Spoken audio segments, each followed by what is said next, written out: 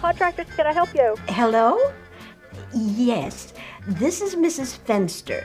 You were to have a man come out to repair my air conditioning this morning? 1025 Maplewood? Yes. Someone's here from your shop. I guess he's from your shop. He's driving one of your trucks. He's at the door right now, actually. But honestly, I'm afraid to let him in. Why are you afraid to let him in? Why? Because he's a fright.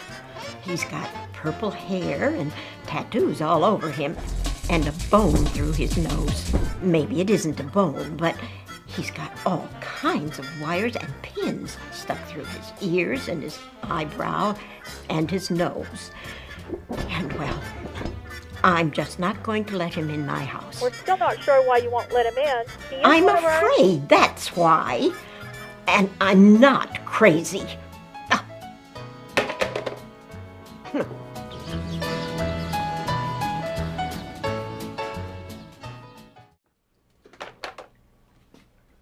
When one of my people goes to a customer, he or she is representing SM Contractors, the entire company.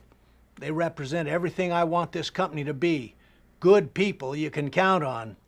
The first impressions matter.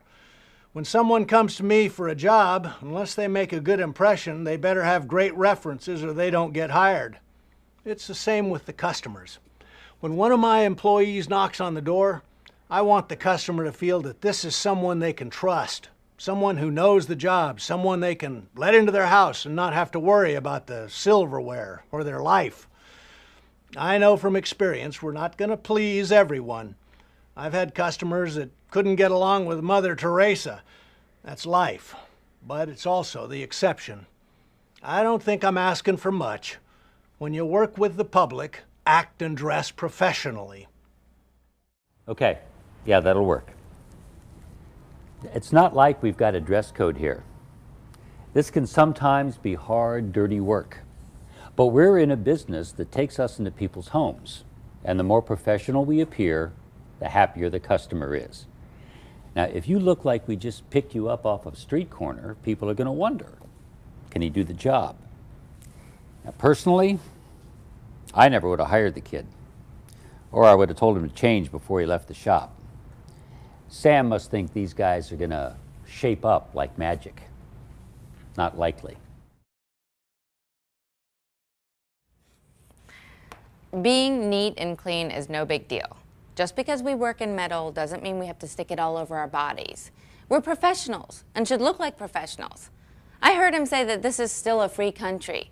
Geez, that's elementary school talk. I saw pictures of him in a tux at his sister's wedding.